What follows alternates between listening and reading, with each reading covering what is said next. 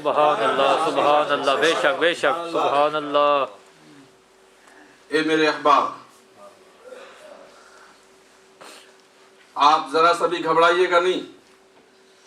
اگر مغرب تک میں کچھ باتیں بتا لے گیا اور آپ کو سوال کرنے کا موقع نہ ملا تو آپ گھبرائیے گا نہیں۔ میں حاضر ہوں، اگر مجھے 10 دن یہاں رکنا بھی پڑے تو میری مسجد کے ذمہ دار موجود ہیں، ان کو بھی میں روک سکتا ہوں کہ آپ اپنا کام چھوڑیے، یہاں رکیے۔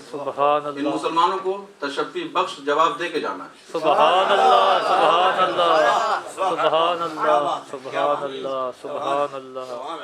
میں نے جو آیت کریمہ تلاوت کی، اس آیت کریمہ میں ہمارا رب حکمت والا رب، سبحان اللہ سبحان اللہ۔ یہاں تو مثل مشہور ہے، فعل الحکیم لا یخلو عن الحکمہ، کسی حکیم کا کوئی فعل حکمت سے خالی نہیں ہوتا ہے، وہ تو خالق الحکماء ہے۔ اس کے فعل کی حکمتوں کا کوئی اندازہ لگا سکتا ہے؟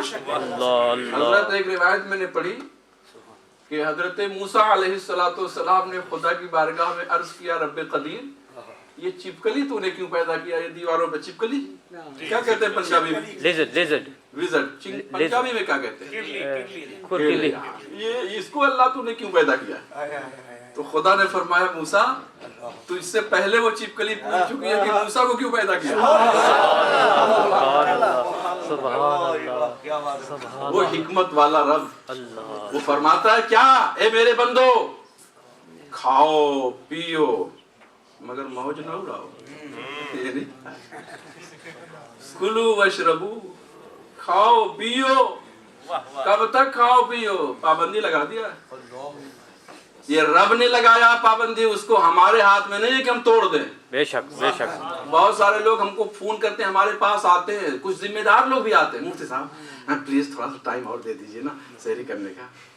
تو میں دست عرض کرتا ہوں، بھیا میرا مقام یہ نہیں ہے میں شریعت کی حد کو توڑ دوں، میرے بس میں ہے ہی نہیں بھائی۔ سبحان اللہ سبحان اللہ۔ مفتی صاحب آپ کو پھر زیادہ لوگ فالو نہیں کریں گے۔ میں نے کہا سنو، مجھے لوگوں کی خوشنودی نہیں چاہیے، سبحان اللہ، مجھے اپنے رب کی خوشنودی۔ سبحان اللہ، نعرہ تکبیر، نعرہ رسالت، فیضان رضا، فیضان رضا، علماء اہل سنت۔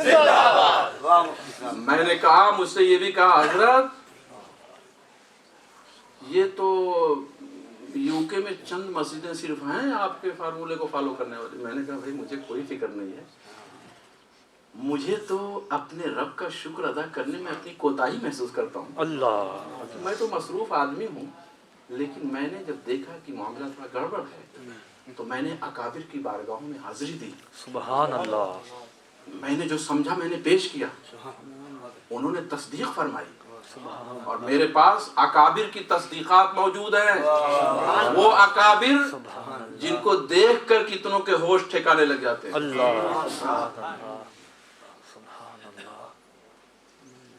تو یہ بھی مفتی صاحب وہ ایسا ہے نا کہ وہ تھوڑا سا اگر آپ وہ ہو جائے نا تب تو پھر لوگ آپ کو بہت کافی حیثیت دیں گے، بہت زیادہ آپ کا اعزاز ہوگا۔ میں نے کہا میرے بھائی اگر مجھے اعزاز لینا ہوتا یہ دنیاوی نا تو ایسے ایسے موقع آئے ہیں کہ میں آپ کو اگر پوری بات بتاؤں تو آپ کو تعجب ہوگا۔ اتنا سمجھ لو کہ تقریباً 20 سال پہلے دلی میں سعودیہ حکومت نے ایک پروگرام رکھا تھا، الدورۃ التدریبیہ للدعاة والمعلمین فی الہند۔ حضرت اس میں 250 مولوی تھے شریک، اور 9 شیوخ سعودیہ سے آئے ہوئے تھے اس درس کو دینے کے لیے، اہم چوٹی کے، مدینہ منورہ یونیورسٹی کے، ام القریٰ یونیورسٹی کے، جامعہ ریاض کے۔ اور جب 2-3 دن کے بعد جب ان کی رگڑائی شروع ہوئی نا تو مجھ سے کہتے تھے شیخ بدعت۔ اللہ، تو میں کہتا تھا اگر سنت ہی کا نام بدعت ہے تو میرے لیے یہ مناسب ہے۔ اللہ سبحان، مجھے کمروں میں بلا کر کے اپنا آپ کی ہمیں ضرورت ہے، اور سبزہ دکھاتے تھے، یہ ہوگا اور یہ دیں گے، ایسا کریں گے۔ میں نے کہا سنو، میں ایک دینی ادارے کا خادم ہوں سبحان اللہ سبحان اللہ اور وہ دینی ادارہ مجھے اتنی ویج دیتا ہے کہ کھانے پینے کے لیے میری فیملی کے لیے کافی ہے. لو مجھے نہ اس پلیٹ کی ضرورت، نہ اس کار کی ضرورت، نہ اس سبزے کی ضرورت ہے. سبحان اللہ سبحان اللہ.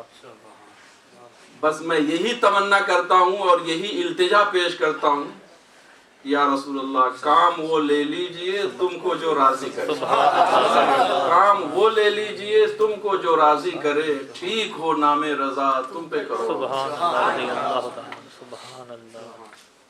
اے میرے احباب، میں نے کیا عرض کیا کہ ہمارا رب فرماتا کھاؤ پیو.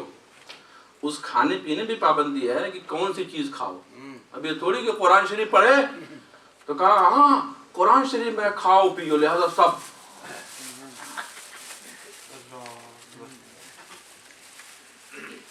ارے یہاں تک ہے کہ اگر چاول ہے نا، روٹی ہے، اگر سڑ جائے اس میں سے بو آنے لگے، روٹی ہے چاول ہے مگر اٹھا کے دیکھو کتوے پھر اس کا کھانا حرام ہے. سبحان اللہ سبحان اللہ. ذبیحہ کی بات تو چھوڑو، ابھی یہاں یہ دیکھو یہ تھوڑا سا معاملہ فرق پڑ گیا، حلال سے حرام ہو گیا.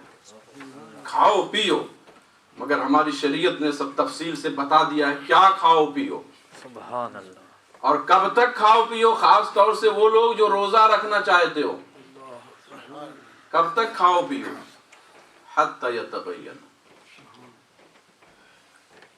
یہاں تک کہ سفید دھاگا کالے دھاگا سے بالکل ممتاز ہو جائے.